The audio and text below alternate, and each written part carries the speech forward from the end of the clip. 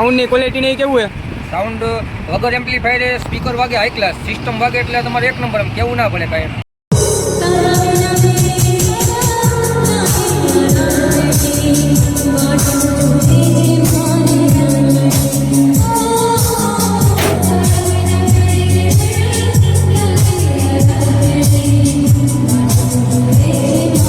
Hello guys, welcome back to Chauhan electronics.